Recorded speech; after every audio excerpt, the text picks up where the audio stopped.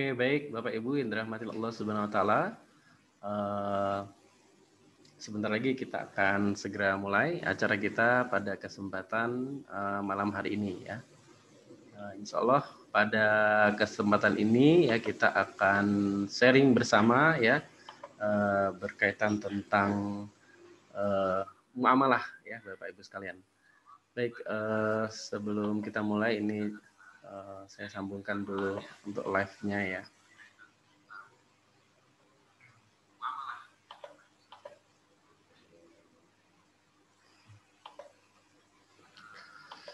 Baik Bapak Ibu ya, pada hari ini ya pertama-tama mari kita panjatkan puji dan syukur kita kepada Allah Subhanahu wa taala atas segala berkah dan rahmat-Nya kepada kita sehingga kita pada kesempatan ini bisa bertemu, bisa bersilaturahmi.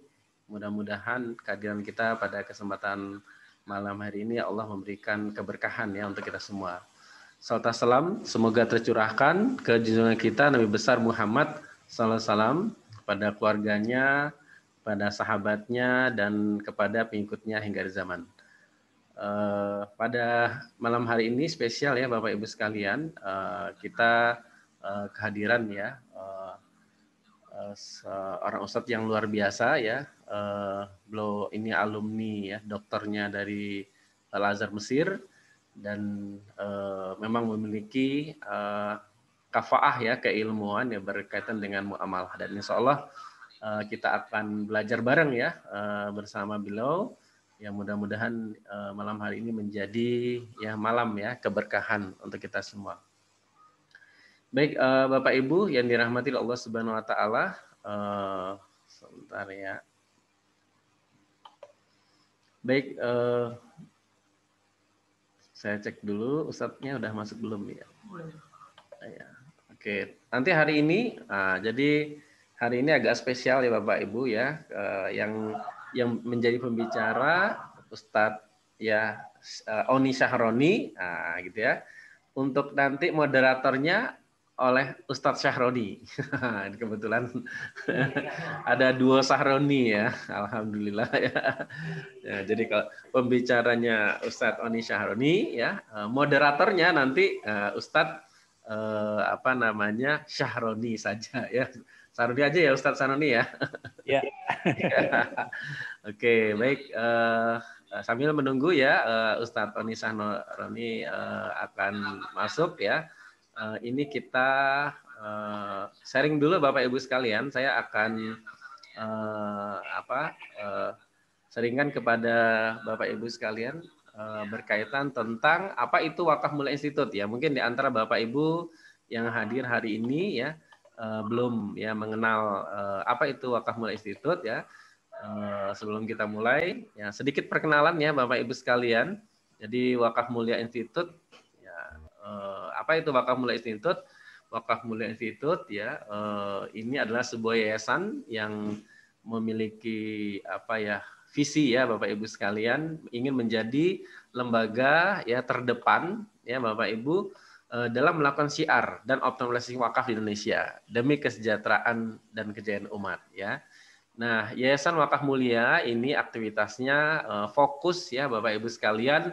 Yang pertama adalah tujuannya didirikannya adalah untuk melakukan syiar ya, syiar wakaf begitu ya. Kemudian baik secara online maupun offline juga berkolaborasi ya, menjalin kerjasama dengan pihak-pihak terkait dalam upaya kita membumikan wakaf di Indonesia sehingga wakaf ini menjadi lifestyle-nya masyarakat.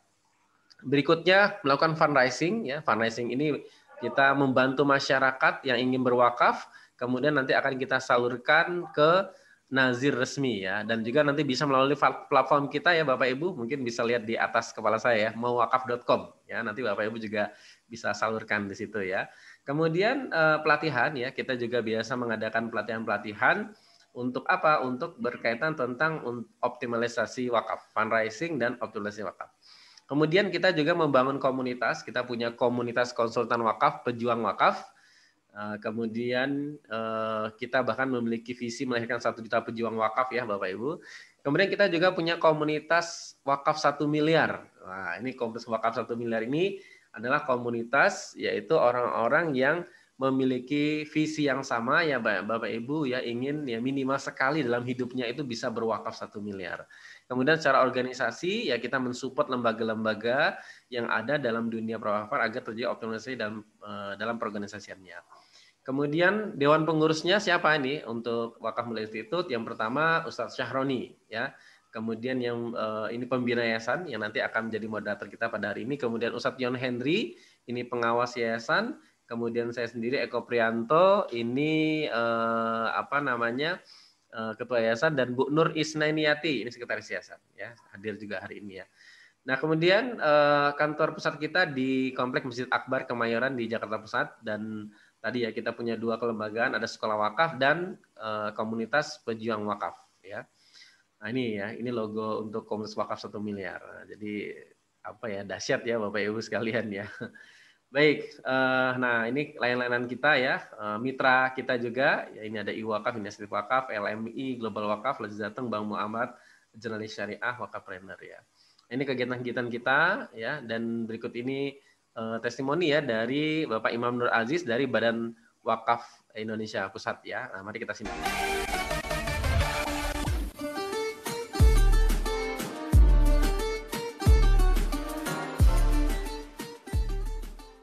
Bismillahirrahmanirrahim. Assalamualaikum warahmatullahi wabarakatuh. Waalaikumsalam warahmatullahi wabarakatuh. Alhamdulillah. Alhamdulillahirabbil alamin. Saya Imam Nur Aziz, Komisioner Badan Wakaf Indonesia, sangat senang sekali dan mendukung akan lahirnya pejuang-pejuang wakaf. Di samping saya ini Wakaf Mulia, sebuah yayasan yang insya Allah konsisten untuk memajukan literasi wakaf di Indonesia. Karena di Indonesia literasi wakaf ini masih sangat rendah dan perlu banyak sekali dukungan dari teman-teman di Wakaf Mulia. Kita ingin bersinergi, berjamaah, berkolaborasi untuk Indonesia yang lebih bermartabat dengan wakaf.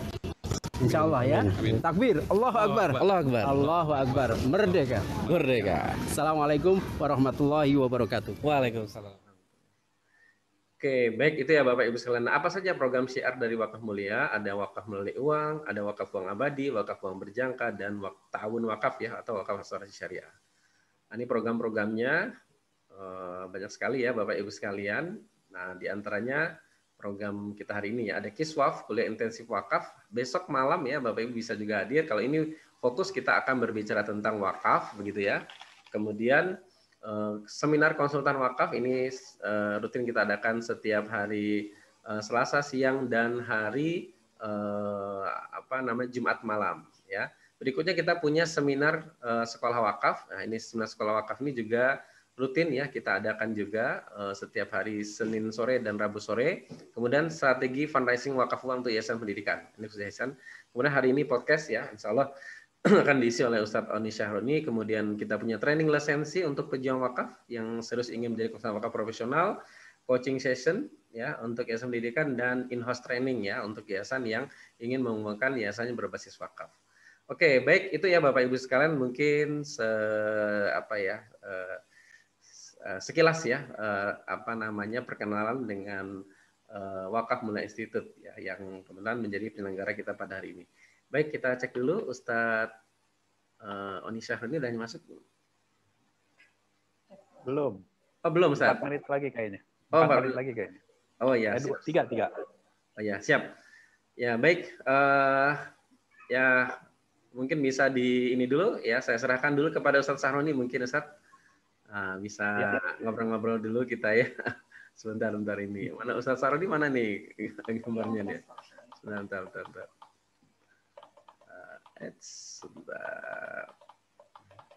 Nah, ini ya. Jadi sekarang ini Zoom bisa double nih Ustadz. Nah, ya. Ini baru nih kalau sudah di install yang terbaru bisa double gini ya. Jadi nanti bisa bisa ngobrol nih Ustadz. Oke ya, baik baik, kita mulai saja acara ini. Nanti bisa diawali dulu mungkin ya Ustadz Syahroni ya.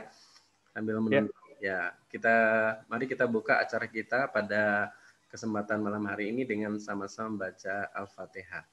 Auzubillahi minasyaitonir A'udzu billahi minasyaitonir rajim. Bismillahirrahmanirrahim. Alhamdulillahirabbil alamin.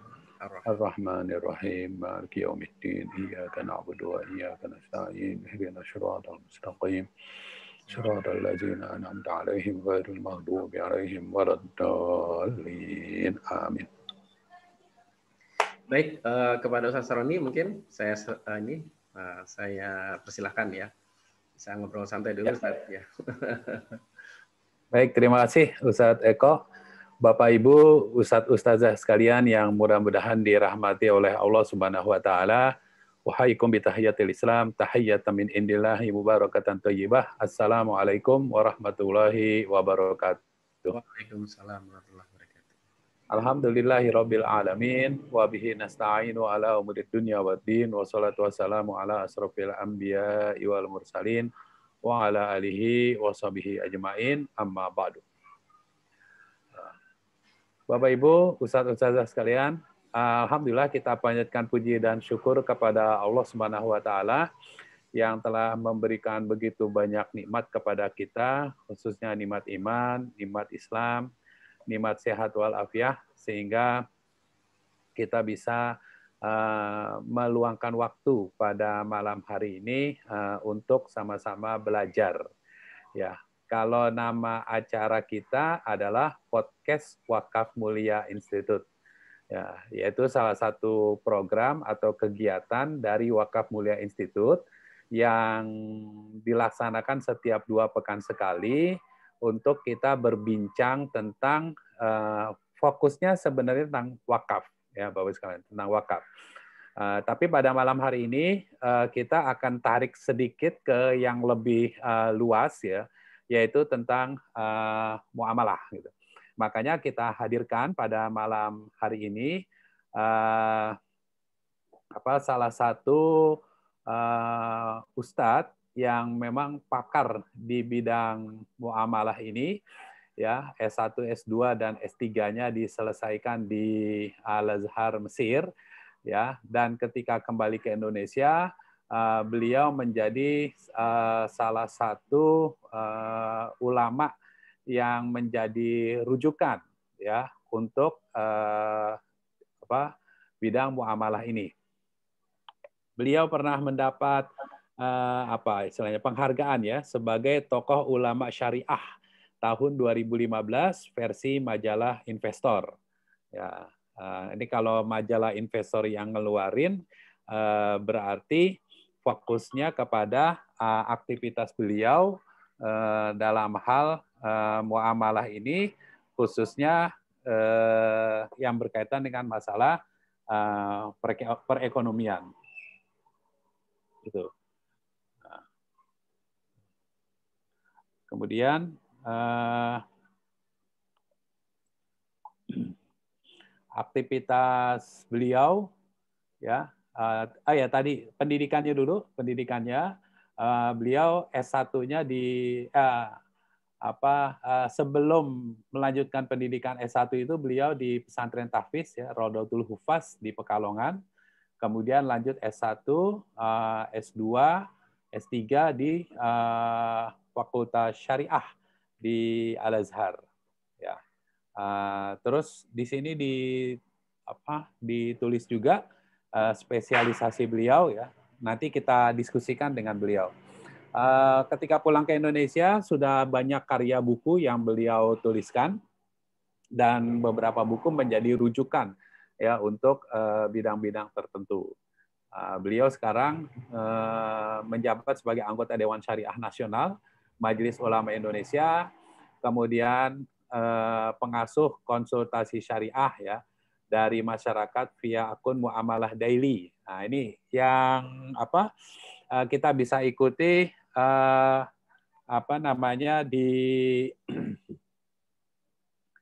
di Facebook, ya, di Facebook, di Instagram. Beliau mengasuh akun yang namanya Muamalah Daily, gitu.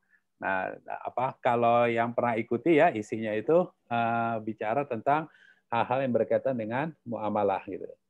Nah, ini alhamdulillah Ustadz Oni Sahroninya sudah hadir bersama kita.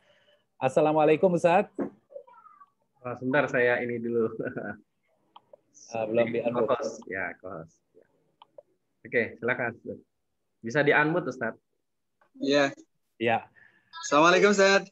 Waalaikumsalam warahmatullahi. Apa kabar, Ustaz? Baik, alhamdulillah, Ustaz. Alhamdulillah. Terima kasih sudah menyempatkan waktunya untuk bersama kami. Sahroni. Ahlan. Baik kok, apa kabar, baik kok? Alhamdulillah, Ustaz.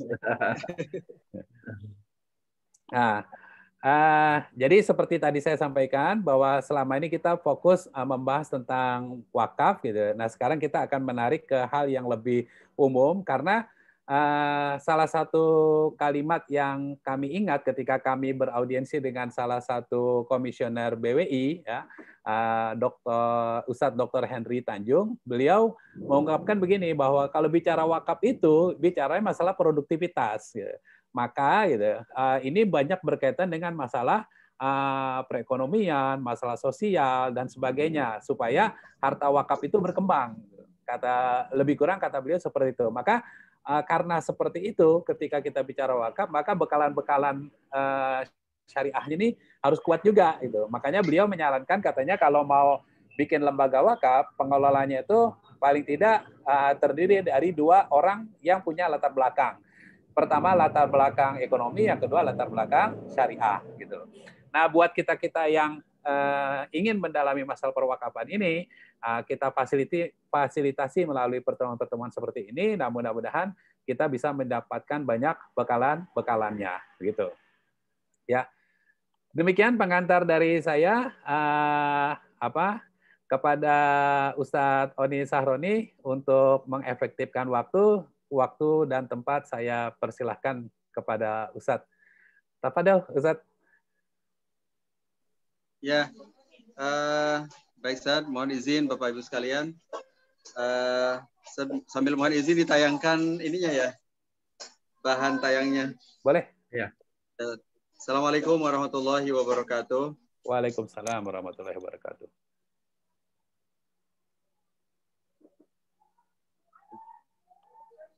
Alhamdulillah wassalatu wassalamu ala Rasulillah wa ala alihi wa sahbihi wa man tabi'al huda. Amma ba'd. Yang sama-sama kita hormati Ustaz Syahroni, Ustaz Eko, para pengurus Yayasan Wakaf Mulia dan Bapak Ibu sekalian yang saya hormati. Terima kasih atas undangannya. Mudah-mudahan pertemuan ini berbuah keberkahan buat kita semuanya. Amin. Amin. Nah, bagaimana amanah dari panitia untuk menyampaikan seputar ketentuan fikih, ketentuan syariah terkait dengan bab muamalah.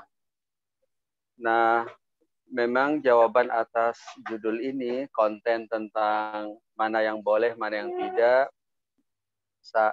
seperti apa rambu-rambu fikihnya, saat tidak boleh itu apa dan kenapa, memang cukup beragam di saya. Bahannya memang banyak gitu.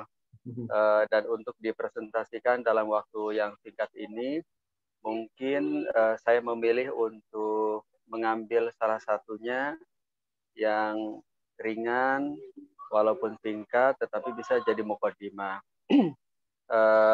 Bahasannya sih selain itu panjang. Nah, oleh karena itu izinkan saya di kesempatan yang singkat ini menyampaikan salah satu bahasan singkatnya, yaitu tentang riba.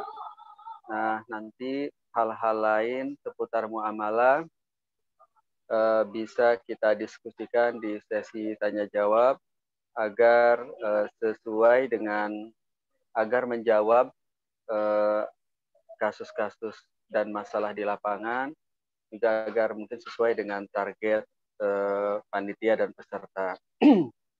Nah, Bapak Ibu sekalian, jadi bahasan kita seputar kata kunci riba. Jadi ini riba dan itu bukan ya. Sambil menunggu tayangan slide-nya. Jadi Bapak Ibu sekalian, ciri-ciri transaksi ribawi itu ada dua ya. Yang pertama adalah terjadi dalam transaksi utang piutang atau qard. Qard yang dimaksud adalah meminjam uang atau alat pembayaran dibayar dengan alat pembayaran. Jadi misalnya saya dengan Ustadz Syaroni, saya minjam 10 juta, dibayar 10 juta atau lebih, itu judulnya adalah qard dalam konteks pembicaraan kita ini. Jadi riba itu terjadi pada satu qard atau minjam uang, alat pembayaran dibayar dengan alat pembayaran. Sehingga para pihaknya adalah kreditur dan debitur. Yang dipinjamkan adalah alat pembayaran.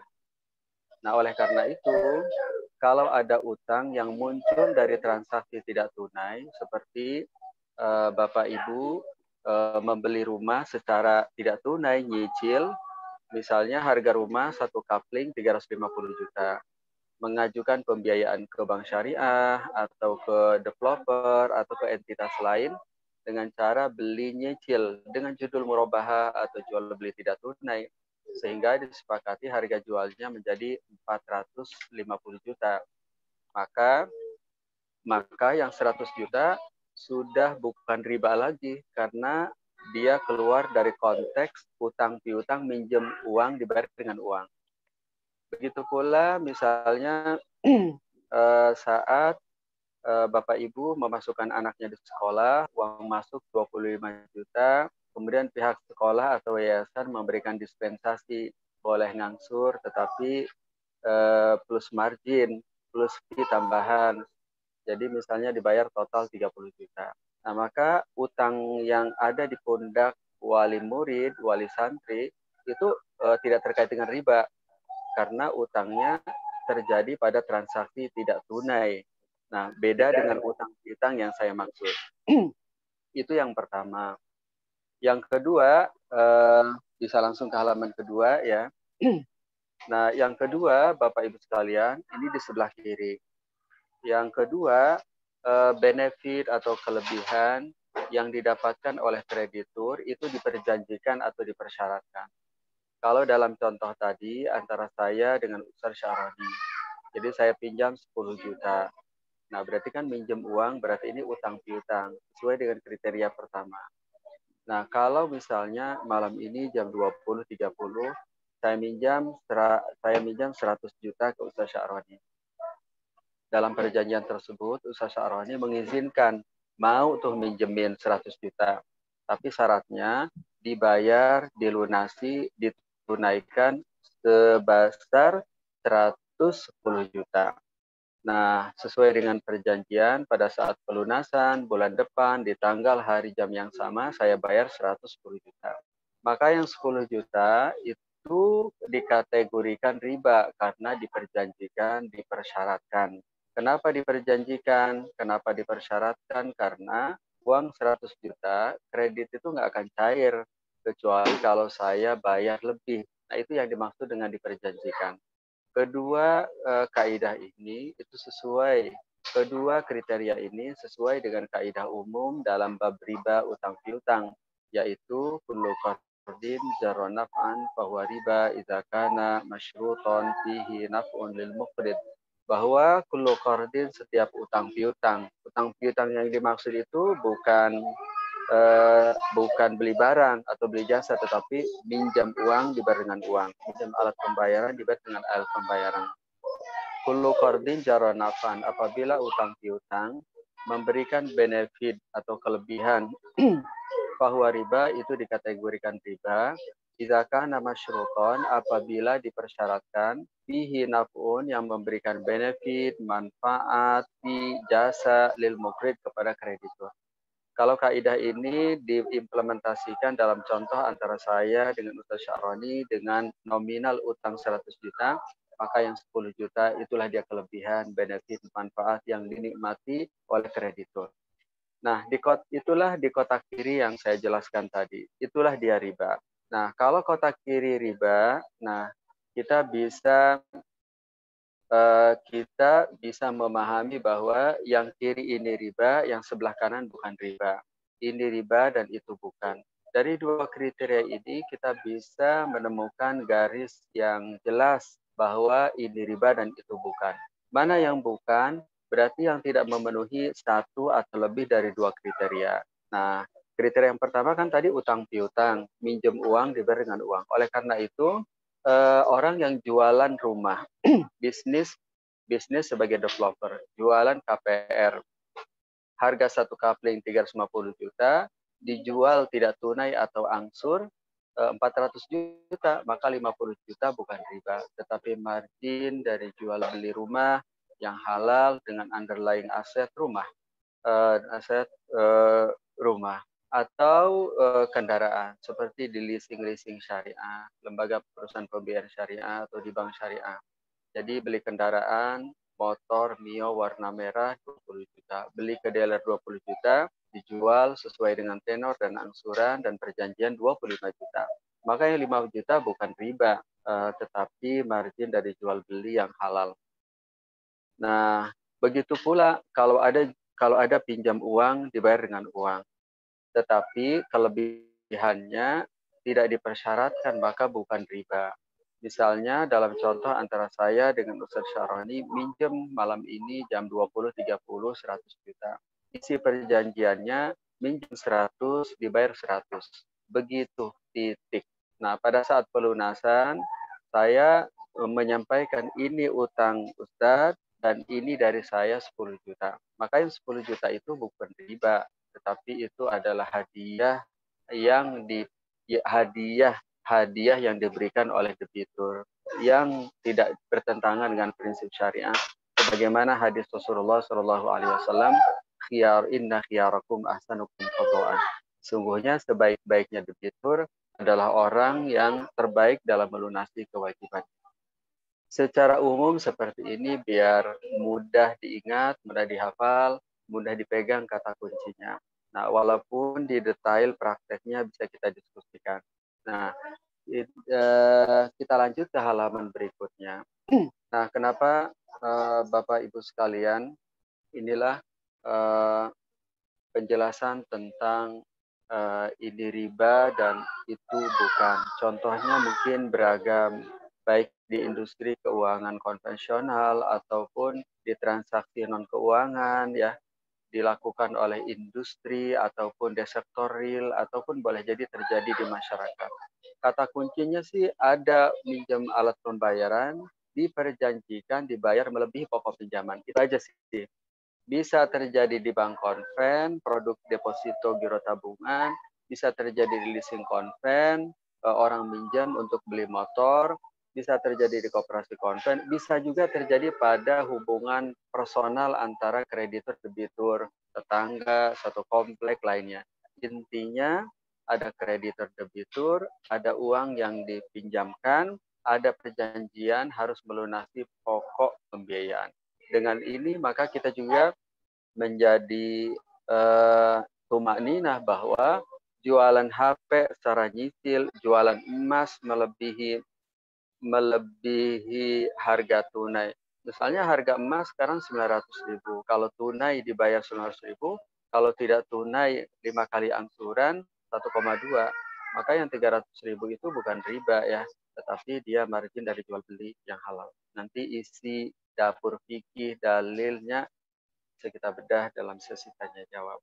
Nah, kenapa seperti ini kelihatan tegas nih di bab ini karena Islam itu syariah ini ingin membuktikan uang rupiah itu sebagai adatut tadawul, sebagai alat pembayaran. Harusnya dengan rupiah yang ada di kantong kita, di e-wallet kita, di e-money kita, di uang digital kita, di dompet digital kita, harusnya dengan uang itu kita bisa berobat ke dokter, bisa menyekolahkan anak, bisa punya investasi, bisa punya dana darurat, sehingga menghasilkan sirkulasi barang dan jasa, seharusnya seperti itu. Tetapi dalam transaksi utang piutang ribawi, si kreditur telah menempatkan rupiah contohnya tidak lagi sebagai alat tukar tetapi sebagai komoditi. saat semua uang yang menumpuk itu jadi komoditi, kata para ahli ekonomi itu akan terjadi bubble ya, karena tidak menghidupkan sektor real, tidak ada perpindahan barang dan jasa, uang melahirkan uang. Dan itu juga dari aspek fikih muamalah bertentangan dengan salah satu prinsip bahwa menjadikan uang sebagai komoditi tidak diperbolehkan. Kita lanjut ke halaman berikutnya, Bapak Ibu para asatidz sekalian. Di halaman berikutnya kita lanjut ke jenis riba yang kedua. Ceritanya riba itu ada dua jenis. Yang pertama adalah riba utang piutang dan yang kedua adalah riba jual beli. Riba jual beli ini tidak terjadi pada utang piutang.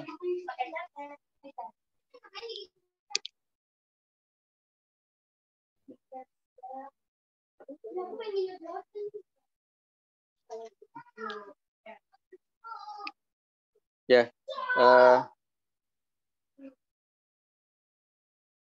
Bapak Ibu sekalian, kita lanjut ke yang kedua. Yang kedua ini ceritanya riba jenis yang kedua, yaitu riba jual beli. Namanya juga jual beli, riba yang terjadi pada jual beli. Kalau yang barusan dalam halaman kedua dan halaman 1 dan kedua, kita telah membahas riba yang terjadi pada utang piutang antara kreditur dan debitur. Nah, sekarang ini kita membahas tentang riba yang terjadi pada jual beli. Kalau yang pertama terjadi pada industri keuangan konvensional. Kalau yang terjadi, kalau sekarang mungkin banyak terjadi pada penukaran uang, ya, valuta asing dan sejenisnya. Nah, hadisnya cukup panjang. Seperti biasa, saya ingin memberikan oleh-oleh yang mudah diingat, mudah dihafal. Kata kuncinya saya sampaikan dalam 3 kotak ini. Nanti hadis panjangnya kita sampaikan belakangan. Yang penting kesimpulannya bisa kita pegang. Nah, yang pertama adalah apabila ada rupiah ditukar dengan rupiah, maka harus tunai dan sama. Nah, enakan mudah dihafal ya. Apabila ada penukaran antara dolar dengan dolar, maka harus tunai dan sama. Pak Eko pulang kampung. Biasa saat momentum lebaran ingin berbagi uang tuh ke kerabat dan keponakan. Butuh uang recehan. Mau nukar di bank, udah tutup. Akhirnya mampir di pom bensin dan menukar melalui pegawai pom bensin, menyerahkan uang 100.000 dan akhirnya yang ia terima misalnya 96.000. Maka selisih yang diterima oleh pegawai tadi adalah riba al-fadl. Atau kata pegawai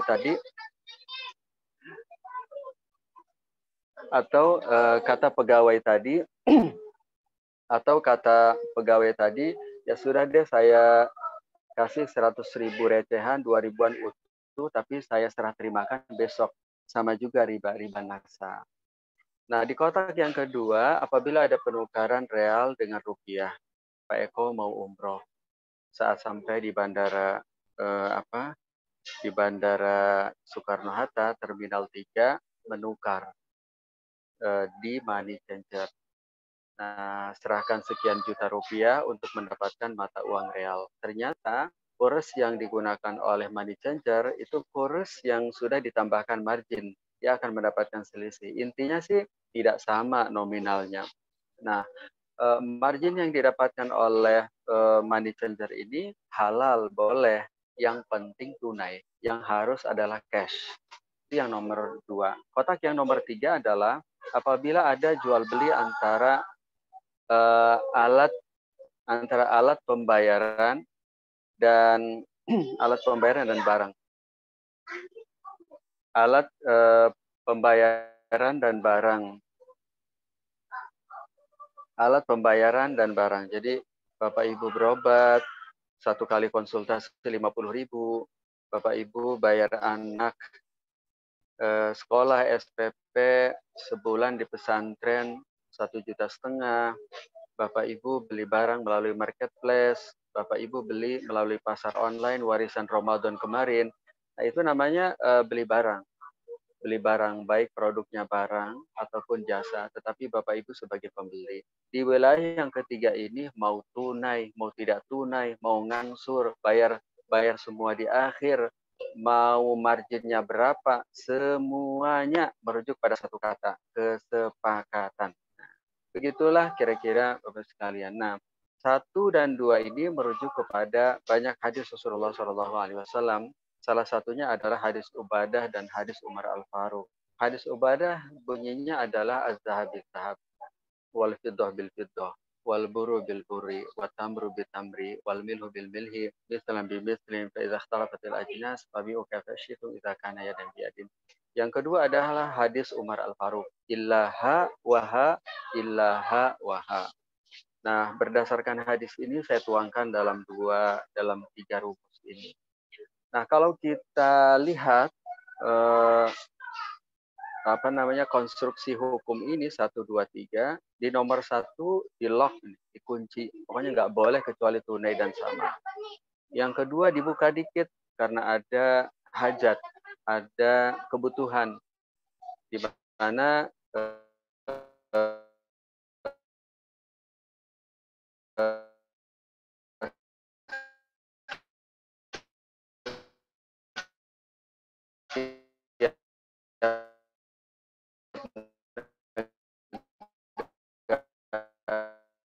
itu hanya mengakui rupiah, begitu pula dengan oleh karena itu ekspor impor dan lainnya, sehingga dibuka yang dikit di nomor 2 sekaligus. Yang jadi referensi adalah kesepakatan al muslimun ala syurutihim ila syaratan harama halalan aw halala haram. Nah, konstruksi ini ternyata semakin ke nomor 3 semakin dibuka pintunya untuk menegaskan kaidah dan warna corak umum dari muamalah, bahwa pada prinsipnya kalau dalam bab muamalah itu boleh kecuali ada dalil yang melarang. Ya, sebagaimana kaidah yang Bapak Ibu semuanya sudah hafal, al-aslu fil muamalah al-ibaha ila yadula dalilun ala tahrim. Jadi boleh kecuali. Kalau kata-kata boleh kecuali kan berarti yang dominan itu yang boleh, yang tidak boleh ini minimalis. Dan sebagaimana juga pembagian klaster dalam ketentuan hukum dalam fikih ini, di mana ada prinsip, ada yang non prinsip. Yang prinsip itu minimalis, yang yaitu yang pertama adalah iman dan akidah, yang kedua adalah akhlak dan adab, yang ketiga adalah keluarga, dan yang keempat prinsip-prinsip kehidupan, prinsip muamalah, prinsip sosial, prinsip politik, prinsipnya doang. Seperti kalau dalam bab muamalah seputar ilmu hitam, ya, seputar akhlak sebagai seorang tajir dan sejenisnya. Sisanya itu wilayah inovasi para pelaku di pasar. Itu wilayah antum a'lam di amri dunyakum. Nah, ini tentang riba jilid kedua. Kita lanjut ke halaman berikutnya. Nah, Bapak sekalian, selesai ya. Mudah-mudahan jadi mukadimah. Itu adalah riba, itu adalah ilmu hitam pertama. Jadi sebagai tambahan informasi, untuk menentukan satu produk, aktivitas bisnis, keuangan, filantropi, dan muamalah yang lain, halal atau tidak, boleh atau tidak, itu ditentukan oleh 3 hal biasanya. Yang pertama, bebas ilmu hitam. Yang kedua adalah sesuai dengan skema dan akad untuk menentukan hak dan kewajiban. Yang ketiga, menunaikan adab-adab sebagai seorang tajir muslim, sebagai seorang pelaku usaha muslim. Nah, ilmu hitam yang kita bicarakan malam ini baru 1 dari 10 ilmu hitam.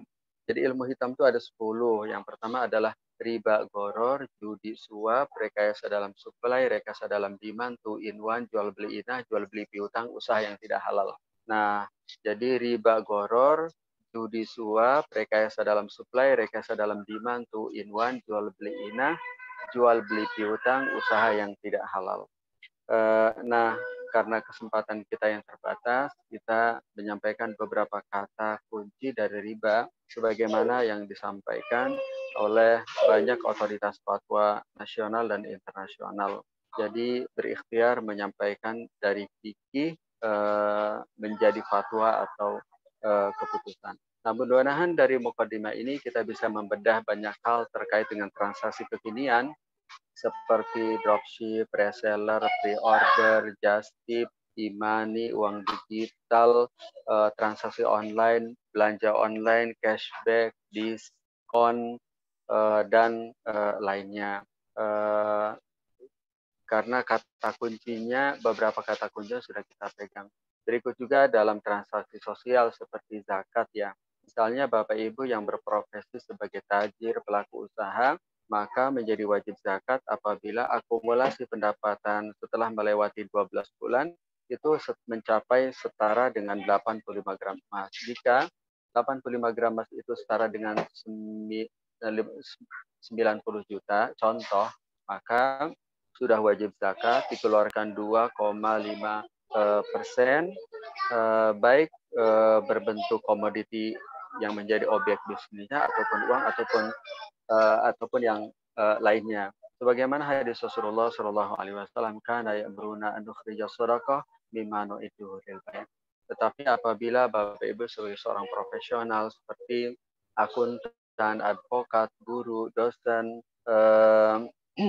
aktor, akuntan, nah maka berarti zakat yang berlaku adalah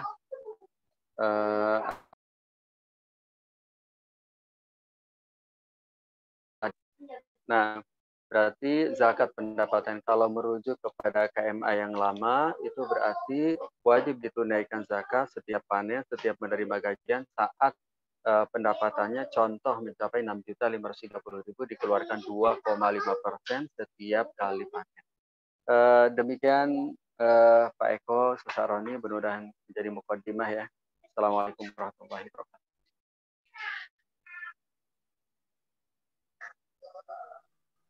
Waalaikumsalam warahmatullahi wabarakatuh.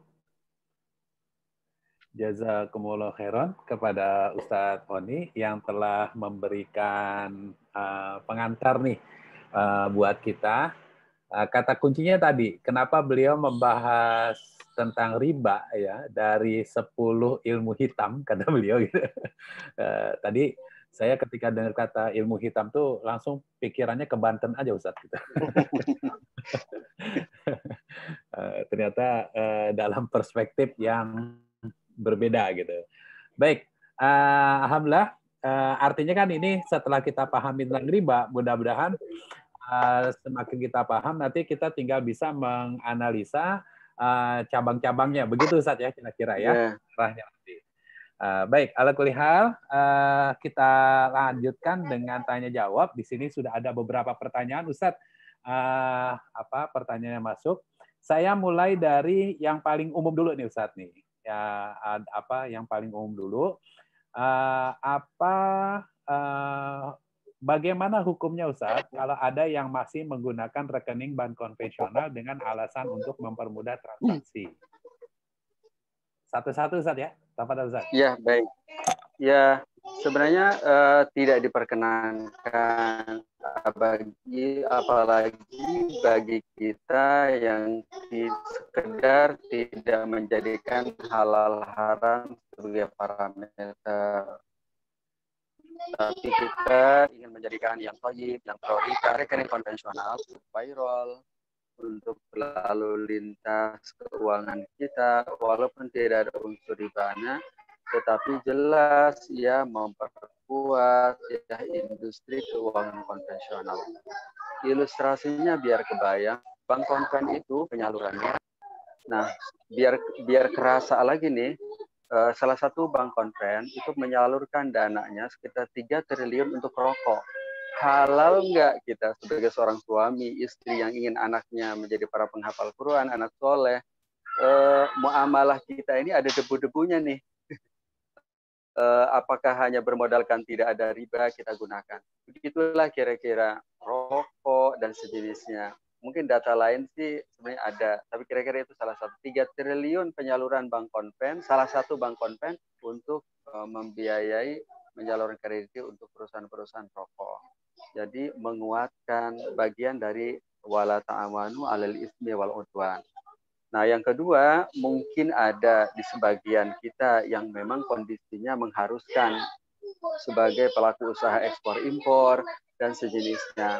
Nah, menurut saya jika kondisinya memang mengharuskan, tidak apa-apa, nggak ada masalah. Tetapi digunakan hanya untuk numpang lewat juga bagi para karyawan ASN yang memang Pemkot, perusahaannya hanya bermitra dengan bank konven. Kan itu kan di luar kemampuannya. Mungkin tidak ada masalah, tetapi catatannya rekening itu hanya rekening numpang lewat. Kalau bisa kita buat standing instruction. Jadi buka rekening syariah, setiap kali ada uang masuk dia akan langsung berpindah ke rekening syariah. Demikian, Ustaz. Oh iya ya.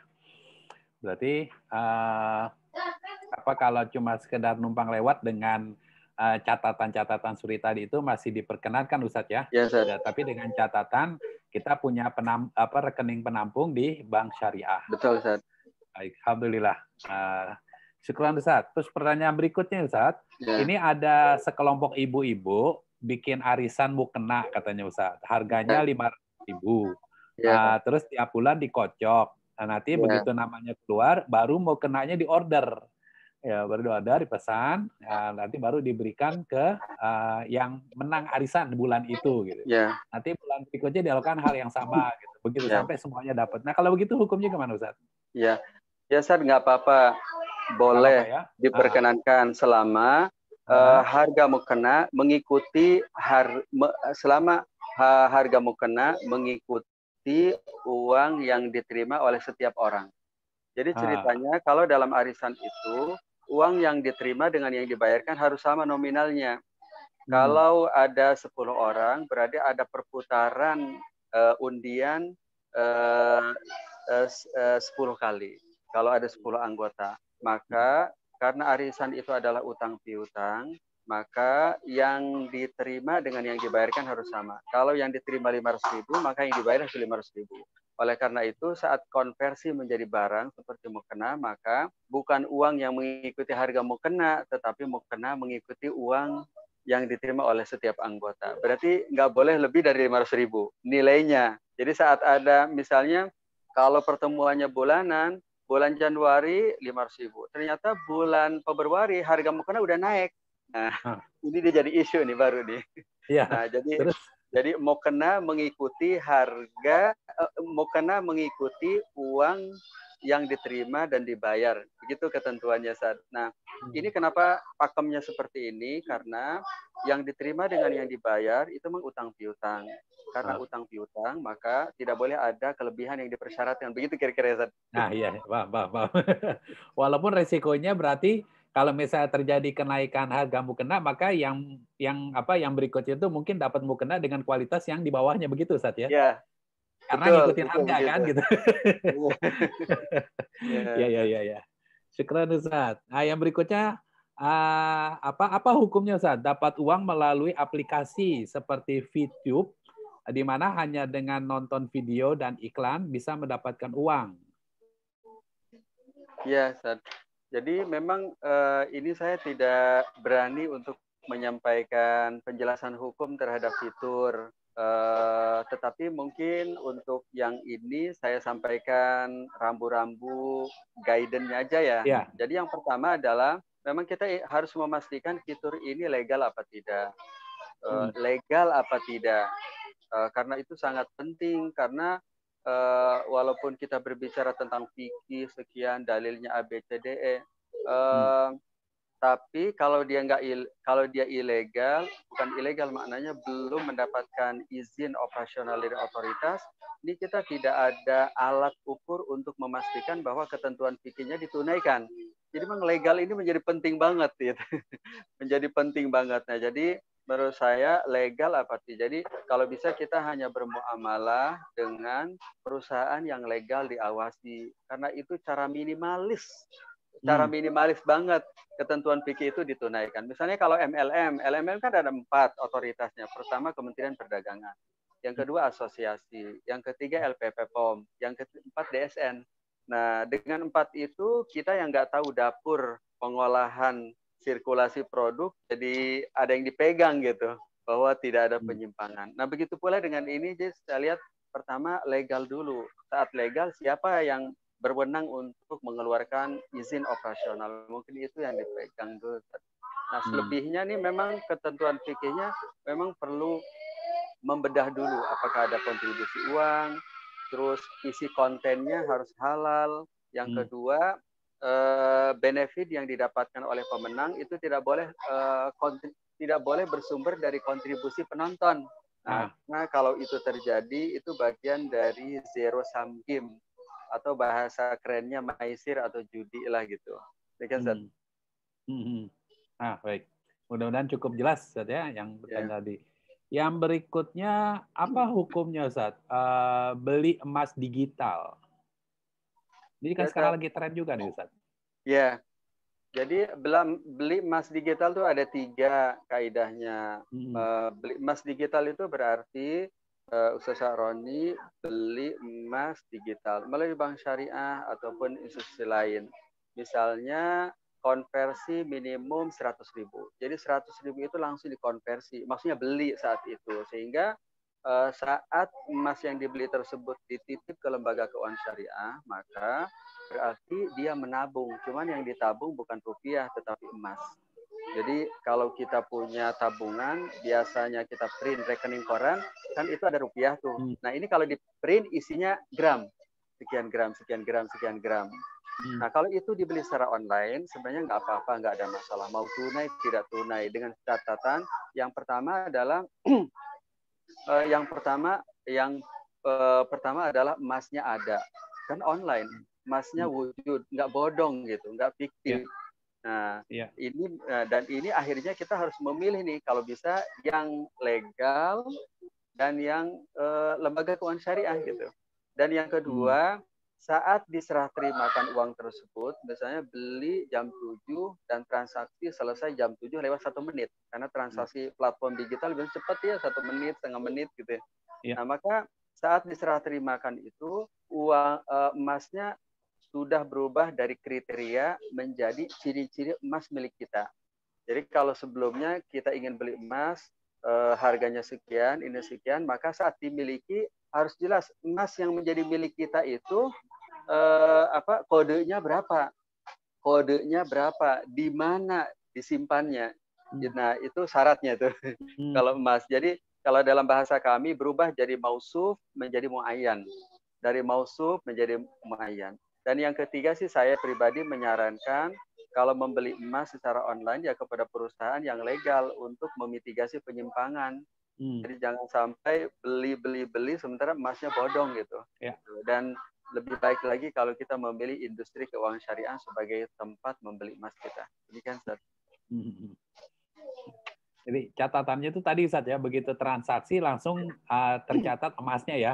Betul. Tidak tertunda ya gitu. Iya, tercatat dan jelas serinya. Kan kalau logam mulia ada seri nomor berapa, ini berapa, nah itu harus ada. Baik. Pertanyaan berikutnya, Ustaz. Bagaimana hukumnya jual beli saham dengan memperhatikan waktu? Ketika harga saham turun, kita beli saham. Ketika harga saham naik, kita jual. Begitu seterusnya dengan mengandalkan naik turunnya harga saham. Bagaimana hukumnya biaya administrasi dalam koperasi simpan pinjam? Misal pinjam berapapun ditetapkan besaran biayanya sama. Ini dari penanya yang sama, Ustaz. Jadi yang pertama tentang jual beli saham itu seperti apa, kemudian yang kedua biaya administrasi di sebuah koperasi. Apa dah, Ustaz? Ya, jadi tidak ada masalah Bapak Ibu untuk bertransaksi membeli saham untuk tujuan trading. Standar Syariah Internasional IOP di Bahrain, begitu juga fatwa DSN MUI memperbolehkan kita untuk membeli saham untuk tujuan investasi, juga untuk tujuan mutajarah atau trading, beli jual. Nah, selama satu, yang kita beli saham syariah, bukan saham konven. Yang kedua, kita ikut aturan juga, ikut track aja, ikut pola aja yang ada di bursa efek syariah. Jadi tidak melakukan hal-hal yang dilarang di bursa. Ya seperti margin trading, short selling gitu. Jadi kan di dunia bursa ada ilmu hitamnya nih, ada dunia hitamnya.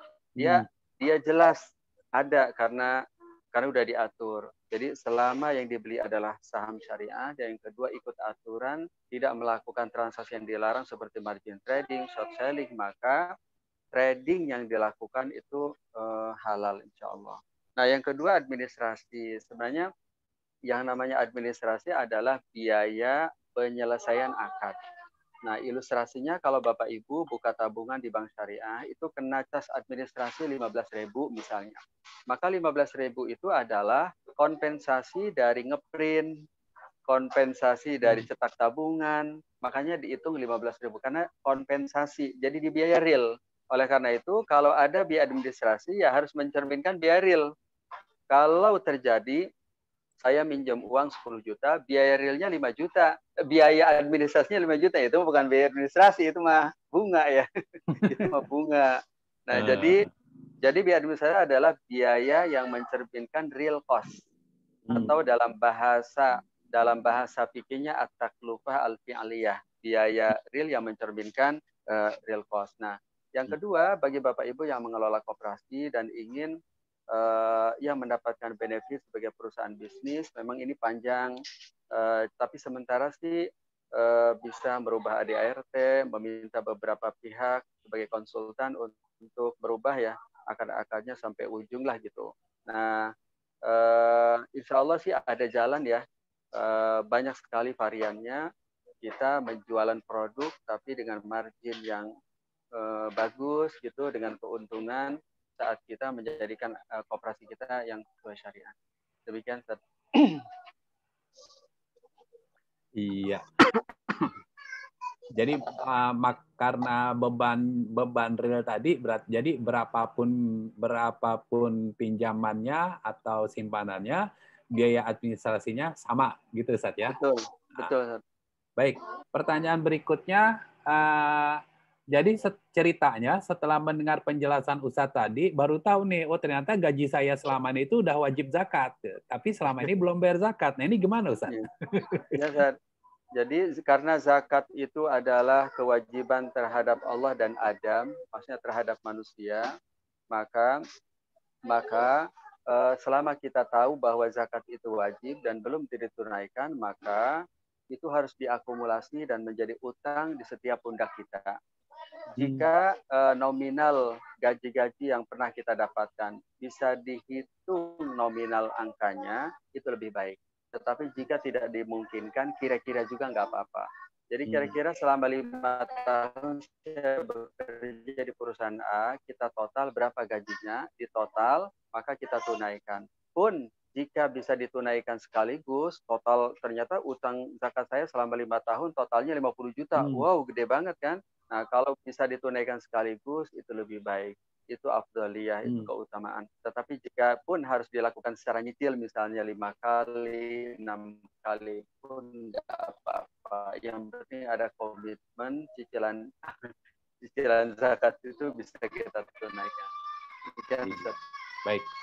Artinya kewajiban itu tetap melekat pada diri kita, tinggal kita berupaya untuk menunaikannya. Begitu, Ustaz ya?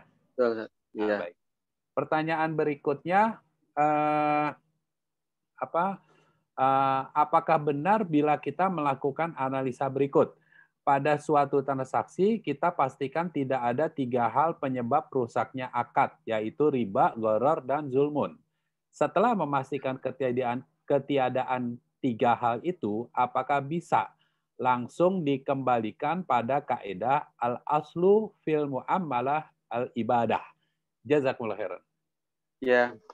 Ya, jadi tadi seperti yang saya sampaikan di awal, jadi ada 3 alat ukur untuk memastikan bahwa aktivitas muamalah kita ini comply dan patuh syariah. Yang pertama, tidak ada ilmu hitam. Tadi ilmu hitamnya kan bukan hanya 3, apalagi zulmun. Zulmun kan karet banget ya, nggak terukur dia zulmun itu. Kezoliman itu nggak terukur. Nah, parameternya harus kita buat terukur. Tadi ilmu hitamnya ada 10 ya. Riba, gharar, judi suap, rekayasa dalam supply, rekayasa dalam demand, two-in-one, jual beli inah, jual beli piutang, usaha yang tidak halal. Itu harus bebas dari 10 itu. Jadi kalau kita bekerja, anak kita daftar di perusahaan, kemudian kita kasih uang pelicin kepada yang melakukan fit and proper test, nah berarti kena nih 1. Ini riswah, ini kena. Atau lain, itu salah satu contoh ya screeningnya. Atau anak kita bekerja di perusahaan rokok, kena nih 1 nih karena obyeknya tidak halal.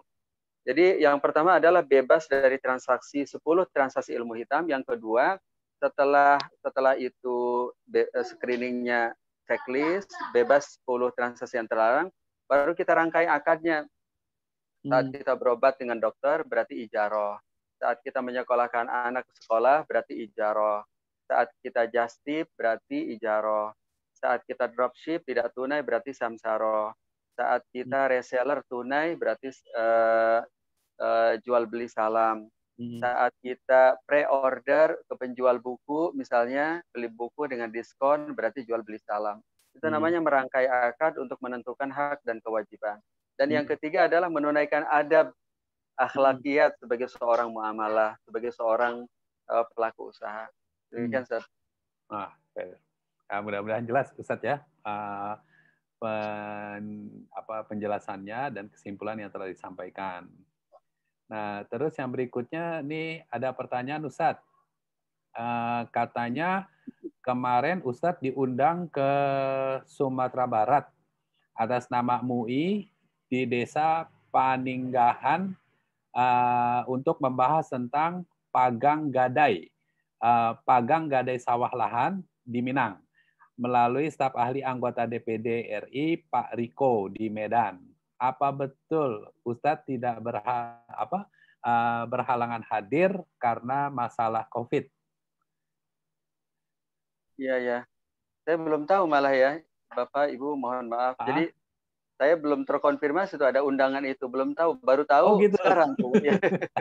Alhamdulillah ini dikonfirmasi, berarti Ustadz tidak hadir karena memang undangannya nggak sampai, Ustadz ya. Iya, saya baru tahu sekarang tuh ada bahwa diundang itu baru tahu sekarang. Baik. Pak Rudi nanti bisa komunikasi dengan saya secara lebih intens untuk kita koordinasikan. Oke. Kita lanjut ke pertanyaan berikutnya. Mengenai riba ini, sebagian di bank syariah ini dianggap juga riba, bahkan margin ada juga yang lebih tinggi dari konvensional. Sementara akadnya tidak dikasih tahu sama nasabah. Bagaimana ini hukumnya, Ustaz? Jadi ada anggapan yang menganggap bagi hasil di bank syariah itu atau apapun namanya itu sama aja dengan riba juga. Katanya begitu, Ustaz. Gimana? Ya, jadi mungkin ada 4 hal yang bisa saya sampaikan. Yang pertama adalah bedanya bank konven dengan bank syariah itu ada 2 ya. Yang pertama adalah usahanya halal. Usahanya halal.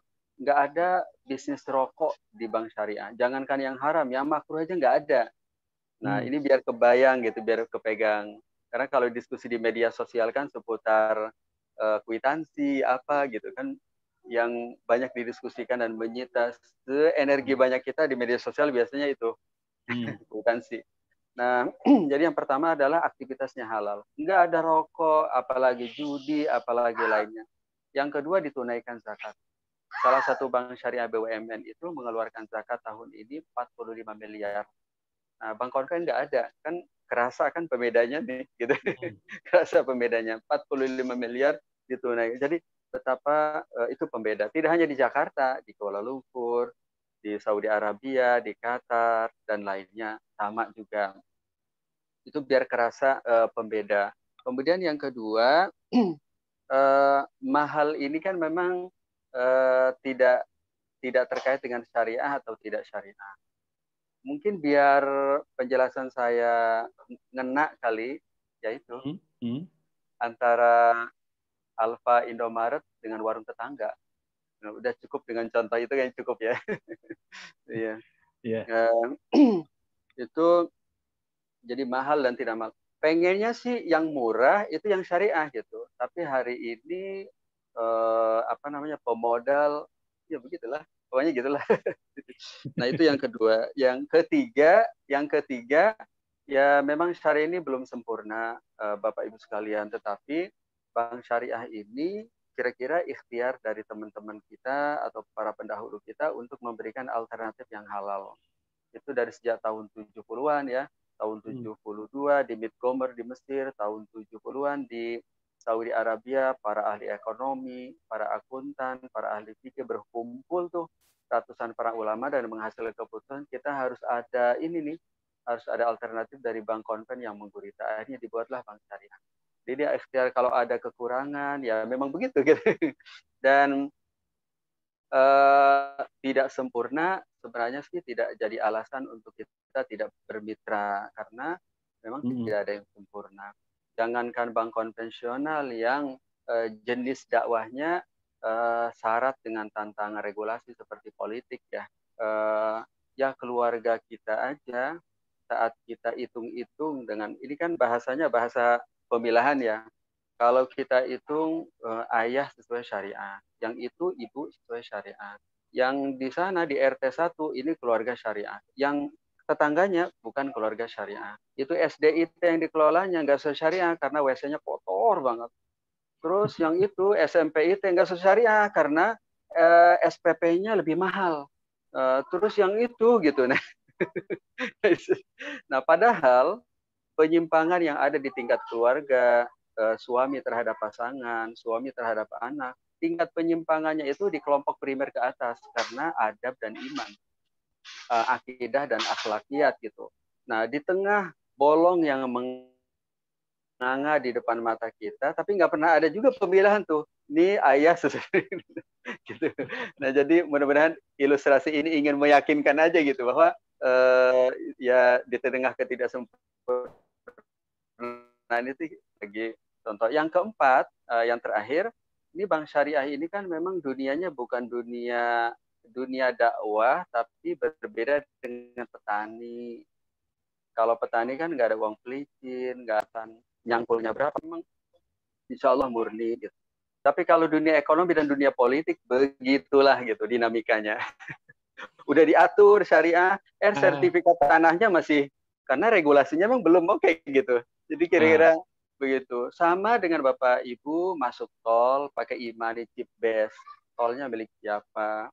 Imaninya milik siapa? Bapak Ibu dari Bogor ingin tepat waktu masuk perusahaan, tiba-tiba pakai imani komuter lain. Itu imaninya imani apa? Terus Bapak gitu. Itu kira-kira, nah kita ingin penyimpangan itu sesuatu yang di luar kendali kita, Yang di bawah kendali kita seperti sholat subuh berjamaah, harusnya nggak boleh ada ini tuh, karena nggak perlu bayar pajak, nggak perlu laporan ke RT, itu menanamkan adab pada anak kan nggak ada pencatatan, nggak ada PSAK-nya. Harusnya Mbak, harus bisa kita tunaikan. Jadi insya Allah Bank Syariah menjadi pilihan alternatif bagi kita. Demikian Ustaz. Iya. Artinya kalaupun masih ada kekurangan di sana sini, justru itu membutuhkan dukungan kita untuk segera menutup kekurangan-kekurangan itu. Begitu Ustadz ya, lebih kurang simpulannya. Baik, selanjutnya berapa nisab zakat untuk gaji kita Ustadz? Ustadz, kalau dalam tulisan saya di akun saya di Muamalah Daily bisa Bapak Ibu akses di YouTube, Facebook, Twitter, IG, saya Muamalah Daily. Saya sudah menampilkan sekitar 4 tulisan di Koran Republika, juga video sekitar 3 video bisa diakses juga. Jadi ada 6 pendapat nih, 6 pendapat terkait dengan zakat profesi. Oh, 6 pendapat. Iya. Nah, tapi kalau yang diadopsi di peraturan perundang-undangan kita, memang salah satunya adalah ya PMA yang lama kita, bahwa zakat profesi itu menjadi wajib apabila pendapatan bulanannya mencapai minimum kira-kira senilai 6.530.000. Kalau mencapai itu ditunaikan 2,5% setiap gajian. Tapi kalau belum nyampe berarti nggak wajib, tetapi disunahkan berinfak. Nah, zakat profesi ini merujuk kepada kaidah tentang mal mustafad. Jadi sebagaimana penegasan dari para ahli fikih salaf, man istafada malan falahu rizquhu. Dan juga saat seorang petani menjadi seorang petani mengayuh cangkulnya per 6 bulan panen, hasil panennya senilai 6.530.000 harus dikeluarkan 5% itu seorang petani selama 6 bulan. Bagaimana mungkin dengan para karyawan, apalagi pemain sepak bola yang dibayar satu musim sekian beratus-ratus kali lipat, kemudian tidak wajib zakat. Intinya sih wajib zakat. Demikian Ustaz. Baik. Jadi nanti ada tadi sudah disampaikan ada 6 pendapat Ustaz ya. Terkait dengan zakat profesi ini, nanti detailnya bisa dilihat di tulisan-tulisan Ustadz di Muamalah Daily, baik di Facebook, Insta, Twitter, YouTube, dan ada aplikasi juga saya lihat Ustadz ya. Ada, bisa di-download di Play Store juga. Ya, baik. Silakan Bapak Ibu ya. Selanjutnya pertanyaan berikutnya. Berarti untuk menghindari riba sangat ditekankan di akad transaksinya ya Ustadz? Ya. Jadi sebenarnya sebelum ada akad, pastikan dulu memang nggak ada unsur ilmu hitamnya. Jadi misalnya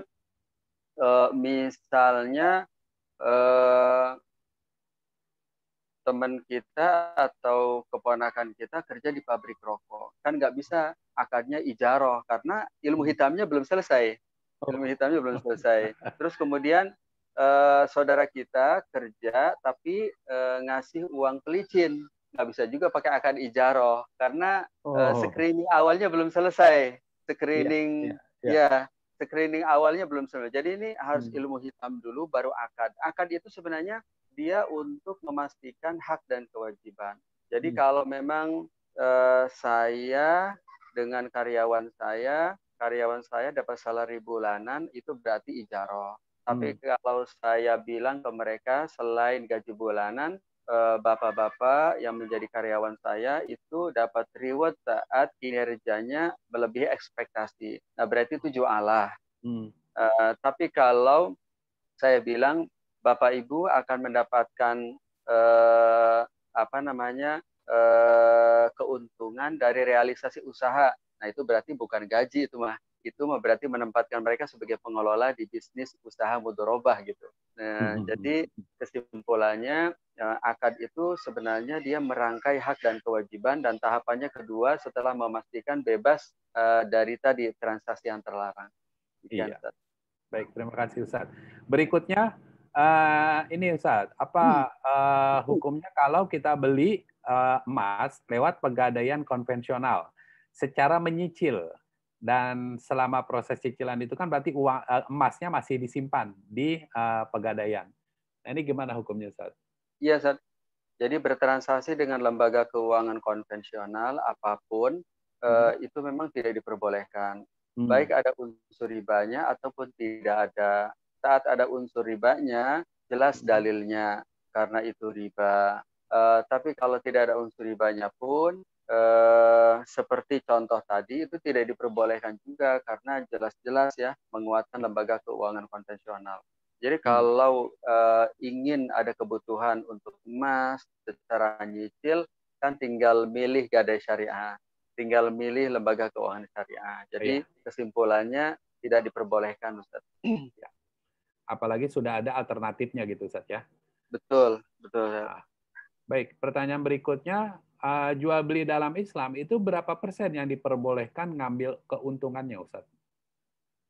Ya, sebenarnya karena fikih domainnya adalah parameter, rambu-rambu, ketentuan, maka memang tidak menyentuh berapa. Biasanya angka itu ditentukan oleh otoritas. Di tataran fikih ada dua rambu-rambu guidance-nya. Yang pertama adalah merujuk kepada kesepakatan. Oleh karena itu, berapapun kesepakatan, selama itu disetujui oleh pembeli, maka itu mengikat dan menjadi harga jual dan harus dibayar oleh pembeli. Nah, ini kenapa? Karena barang juga bervariasi dari satu daerah ke daerah yang lain. Barang antik juga berbeda dengan barang biasa. Harga mobil yang seharusnya menyusut harganya, tapi kalau mobilnya mobil antik justru naik. Nah, karena cukup beragam, banyak dinamika, akhirnya fikih menentukan parameter merujuk kepada kesepakatan. Baik kesepakatan itu muncul karena tawar-menawar seperti di pasar induk, atau seperti yang dilakukan oleh ibu-ibu dengan pedagang, atau muncul karena penawaran seperti transaksi di mal-mal. Kan tidak, di mal-mal tidak ada tawar-menawar kan? Seperti kita beli tiket di maskapai, kan nggak ada tawar-menawar kan, semua berbandrol. Kesepakatan muncul karena penawaran dari penjual kita okekan. Itu dia ending kesepakatannya muncul dari penawaran.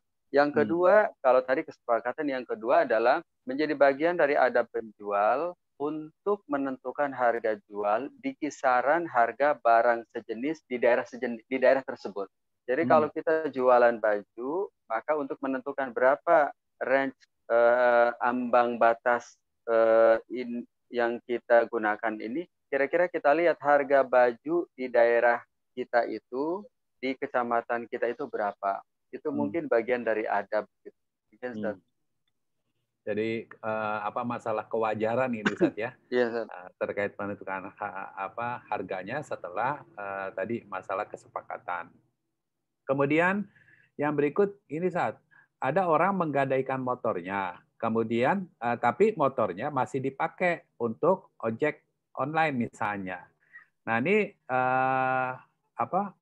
status uang yang dihasilkan dari ojek online itu apa? Walaupun di akad itu disebutkan boleh digunakan. Ya, sebenarnya gadai itu milik si debitur, si peminjam, jadi tidak boleh digunakan oleh si kreditur. Bahkan apabila pemanfaatan itu dipersyaratkan, dia menjadi benefit ribawi ya, menjadi benefit ribawi. Jadi kalau saya punya utang ke Ustaz Syaroni 100 juta dengan jaminan kendaraan, kemudian kendaraan itu digunakan oleh Ustaz Syaroni sebagai mobil, kemudian dibuat mobil online gitu, nah maka itu kategorinya ribawi ya, apalagi diperjanjikan. Nah, secara prinsip seperti itu karena target dari gadai itu adalah memberikan safety financing kepada si kreditur agar ia merasa nyaman saat debitur tidak bisa melunasi kewajibannya, jaminan itu ia jual untuk menutupi pokok pinjaman. Tetapi statusnya memang milik si pembeli, tidak boleh dimanfaatkan. Itu yang pertama. Yang kedua, andaikan di beberapa kondisi itu harus digunakan, maka kita enaknya sih buat transaksi baru. Misalnya satu, si kreditur nyewa. Si kreditur yang megang mobil nyewa ke debitur selama masa tertentu. Karena ia sewa, maka ia berhak untuk memanfaatkannya. Yang kedua, atau ia berbagi hasil dengan debitur, dibuka akad baru gitu, sehingga hasil bagi hasilnya menjadi hak yang sah. Atau yang ketiga, tidak disewakan tetapi digunakan sebagai kompensasi dari biaya pemeliharaan mobil. Jadi misalnya dalam contoh antara saya dengan Ustaz Syaroni, jaminannya mobil tidak disewakan tetapi digunakan aja sebagai kompensasi dari biaya nyuci dan bensin, oli, biaya maintenance yang lain. Karena kan mobil kalau dibiarkan begitu mungkin rusak. Sementara ia ada di tangan kita. Mungkin salah satu perjanjiannya adalah mobil itu kita yang memaintenance dari kantong si kreditur sebagai kompensasinya ya digunakan.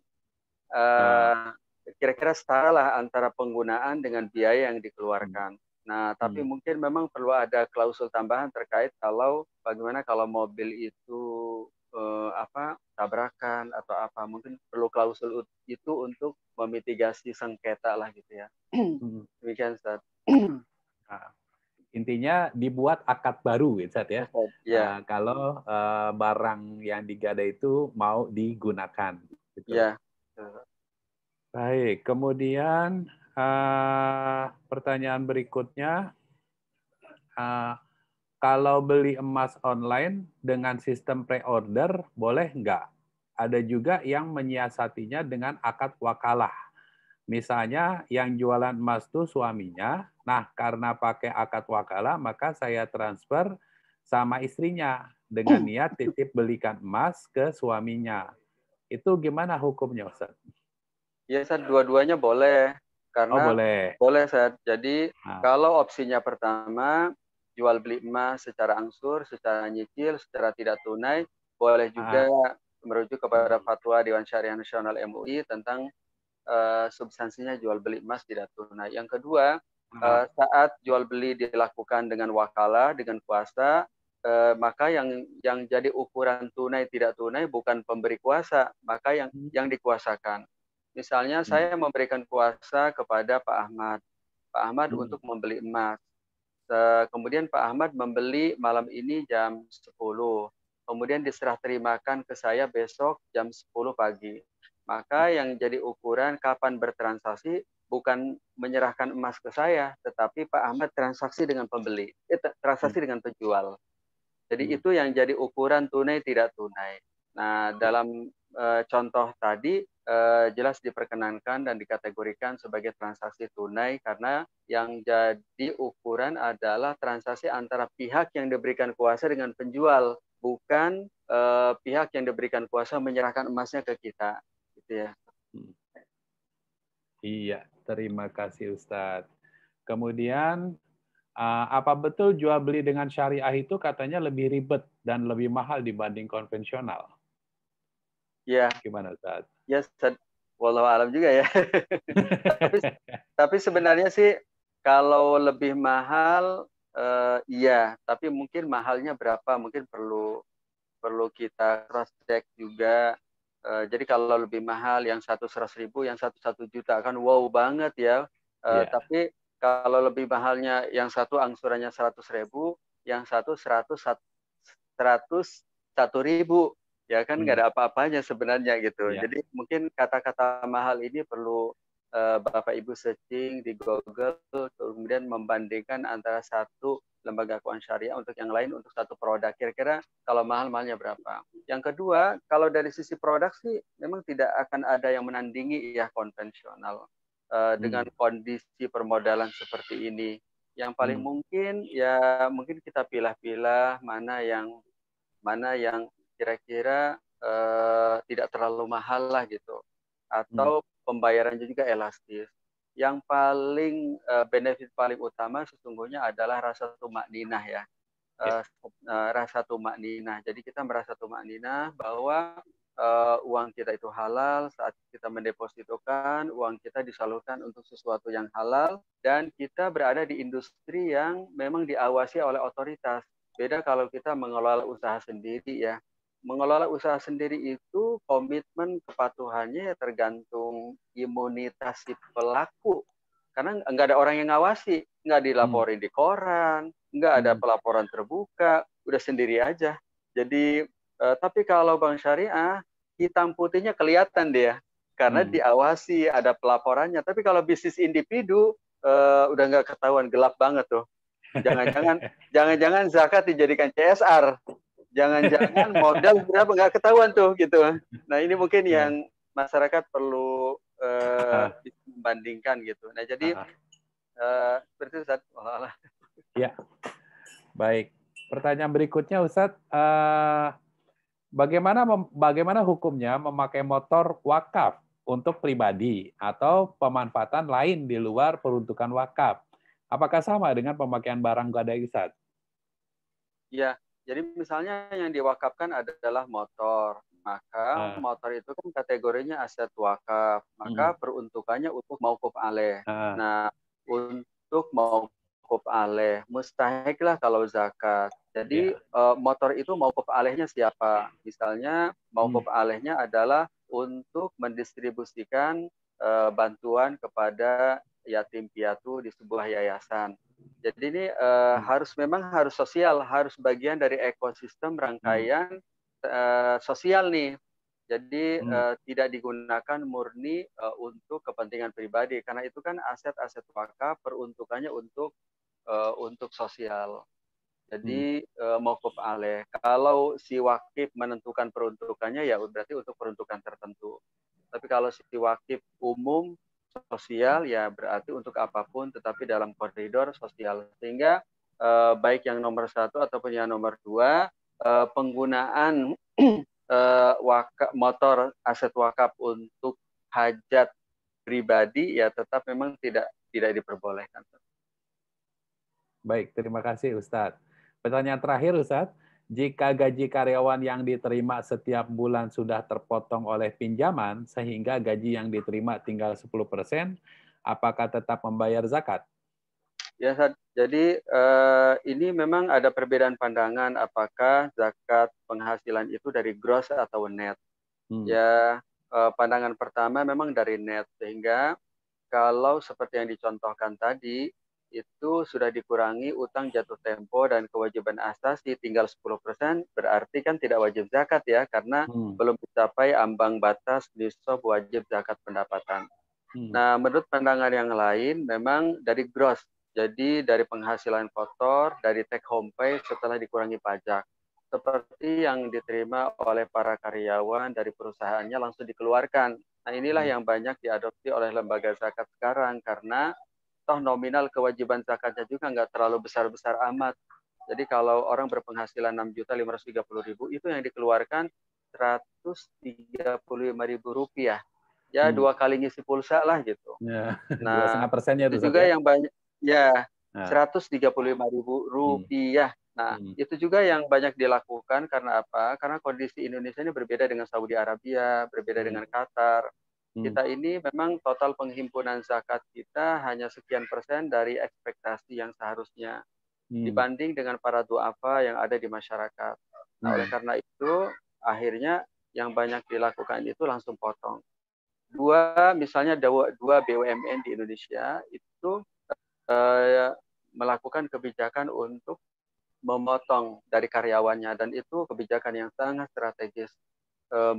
Terjadi lonjakan penghimpunan ya, sesuatu banget ya, hingga sampai 50 M per tahun, itu sesuatu banget untuk para duafa kita. Jadi demikian Ustaz. Baik, terima kasih Ustaz. Alhamdulillah pertanyaan-pertanyaannya semua sudah dijawab. Ini ada muncul satu pertanyaan baru lagi. Saya aja yang jawab ini. Apakah ada lembaga keuangan yang dapat membiayai pembangunan sekolah? Bapak Ibu, untuk pertanyaan ini jawabannya silakan ikuti kegiatan dari Wakaf Mulia Institute yang lainnya. Ya, nanti ada seminar, ada kiswab dan sebagainya. Terutama di hari Jumat pagi ya, itu ada strategi fundraising wakaf uang untuk yayasan pendidikan. Tinggalkan nomor teleponnya, nanti acaranya akan kita informasikan via WhatsApp insya Allah. Ustadz Tony, terima kasih, jazakumullah khairan. Ustadz Saroni, itu ada yang raise hand? Oh, diakomodasi nggak? Tapi kayaknya waktunya udah nggak cukup. Oh iya, siap. Ini silakan ditulis aja, nanti akan kita coba fasilitasi untuk bisa terjawab pertanyaannya gitu. Waktu 1 menit saya persilakan Ustadz Tony untuk closing statement. Ya, terima kasih kepada Yayasan Wakaf Mulia ya, mudah-mudahan pertemuan kita berkah, mudah-mudahan semuanya sehat walafiat. Amin. Aktivitas kita di tengah pandemi seperti ini berkah, tetap survive agar seluruh aktivitas kita ini diridhoi oleh Allah Subhanahu wa taala. Demikian Ustaz. Amin. Khair, jazakumullah khairan kepada Ustadz Tony, mudah-mudahan keberkahan selalu melingkupi Ustadz dan keluarga atas ilmu-ilmu yang telah diberikan kepada kami pada malam hari ini. Nah, saya selaku moderator mengucapkan terima kasih kepada Bapak Ibu Ustadzah sekalian yang telah tekun mengikuti acara ini dari awal sampai akhirnya. Mudah-mudahan kuota yang terpakai untuk pertemuan malam ini diniatkan dan dinilai sedekah, sehingga insya Allah akan mendapatkan ganjaran yang berlipat-lipat nanti dari Allah Subhanahu wa Ta'ala. Kalau ada yang kurang berkenan, kami mohon maaf. Aku qouli hadza, astaghfirullah wa lakum. Saya kembalikan acara kepada Ustadz Eko selaku pembawa acara. Assalamualaikum warahmatullahi wabarakatuh. Waalaikumsalam warahmatullahi wabarakatuh. Baik, jazakallah kepada Ustadz Syahroni selaku moderator dan juga terutama kepada Ustadz Tony Syahroni. Wah, ini kembaran ini Ustadz ya. Ya, berbahagia sekali ini keluarga dipertemukan ini. Oke, baik, berbahagia sekali kita bisa sharing ya bersama di kesempatan malam hari ini ya berkaitan tentang muamalah, dan sebenarnya memang bicara muamalah ini masih banyak lagi tuh mesti ya pertanyaan-pertanyaan yang banyak ya. Nah, tapi tadi sebenarnya sudah ada solusinya. Pastikan Bapak Ibu ikuti ya di IG-nya namanya Muamalah Daily ya Ustadz ya? Ya, betul, Muamalah Daily. Jadi kata kuncinya silakan cari di YouTube juga ya, Muamalah Daily, di Facebook, di IG, dan insya Allah nanti Bapak Ibu akan mendapatkan ya pertanyaan-pertanyaan juga yang secara umum ya berkaitan tentang muamalah, dan ini sebenarnya menjadi hal yang sangat penting untuk kita agar tidak gamang ya. Nah, karena banyak ya saya temui orang komennya kok semakin belajar Islam kok jadi semakin ini ya, semakin stres katanya. Karena semakin sering kayaknya nggak boleh semua. Nah, makanya sebenarnya ketika kita mau pelajari Islam lebih detail, sebenarnya banyak ya kemudahan-kemudahan yang jelas tidak memudahkan, yang jelas sesuai dengan syariat prinsipnya. Nah, makanya ini menjadi penting kita belajar secara detail. Dan Wakaf Mulia Institute juga ini memang konsennya kita di istilahnya dua pokok ya permasalahan, yaitu kita konsen di dunia wakaf. Makanya kita bergerak di dunia edukasi ya berkaitan tentang wakaf ya, pelatihan, training dan juga fundraising wakaf ya dan pengembangan wakaf. Kita juga konsen juga di dunia muamalah atau ekonomi syariah. Nah, termasuk hari ini kita diskusi sharing ya berkaitan dengan ekonomi syariah. Kenapa? Karena memang wakaf itu tidak bisa lepas dari muamalah dan ekonomi syariah gitu ya. Apalagi di era modern sekarang ya, di Wakaf Mulia juga banyak sharing tentang instrumen wakaf modern dan seterusnya ya. Nah, maka ini menjadi hal sangat penting dan insya Allah mungkin ke depan ya, mungkin kalau ada waktu longgar lagi bisa kita undang lagi ya Ustaz Anis Saroni. Ya, seringnya. Nah, tapi kalau untuk ini bisa akses ya, dan juga Bapak Ibu bisa juga akses nanti video ini nanti akan kita masukkan juga di YouTube kita, yaitu di Sekolah Wakaf ya, di YouTube Sekolah Wakaf. Nanti silakan Bapak Ibu bisa pastikan di subscribe ya untuk bisa mendapatkan update juga program-program kita. Baik, mungkin itu dari kami ya, dari Wakaf Mulia itu. Terima kasih banyak atas kehadiran Bapak Ibu sekalian dan juga sekali lagi terima kasih banyak kepada Ustaz Oni Saroni ya yang sudah hadir, dan mudah-mudahan apa yang disampaikan tadi ini menjadi amal jariah ya untuk Ustadz dan juga ini menjadi keberkahan untuk kita semua. Baik, kita akhiri pertemuan kita dengan sama-sama membaca hamdalah dan doa kafaratul majlis. Alhamdulillahirrahmanirrahim. Astagfirullahaladzim. Subhanakallah wa hamdika. Asyhadu an la ilaha illa anta astaghfiruka wa atubu ilaik. Baik, sekolah kita akhiri. Assalamualaikum warahmatullahi wabarakatuh. Waalaikumsalam warahmatullahi wabarakatuh. Pamit, Pak Eko, Saroni. Ahmad, Assalamualaikum, Ustaz. Ya. Assalamualaikum warahmatullahi wabarakatuh. Salam.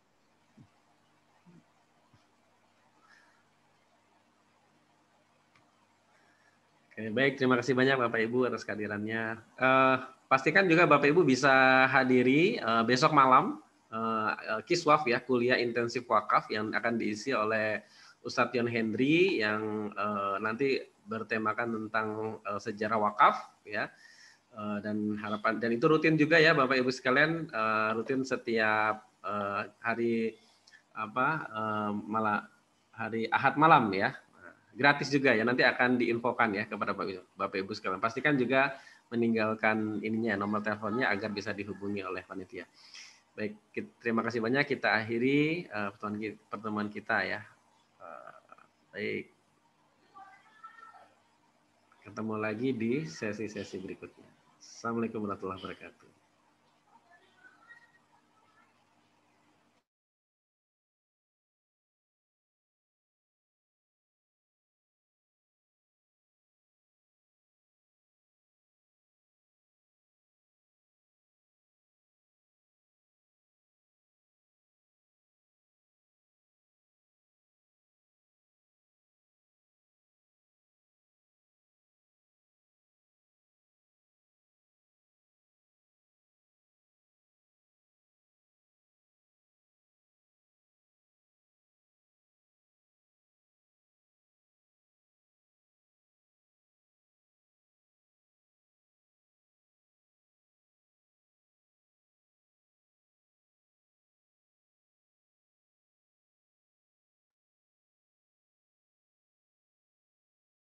مولاي صل وسلم دائما أبدا على حبيبك خير الخلق كلهم.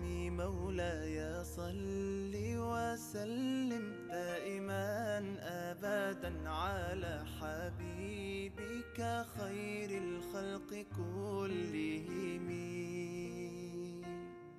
يا نبي سلام عليك، يا رسول سلام عليك، يا حبيب سلام عليك، صلوات الله عليك. صل على النبي وتبسم، ده النبي تبسم وتبسم، ده النبي تبسم. اللهم صل عليه. قلبي المتيم كلما صلى عليك وسلم، ذاق السعادة مغرما يا سيدي يا محمد. صلوا عليه شافع الأمة، بذكر الرسول تشحذ الهمة.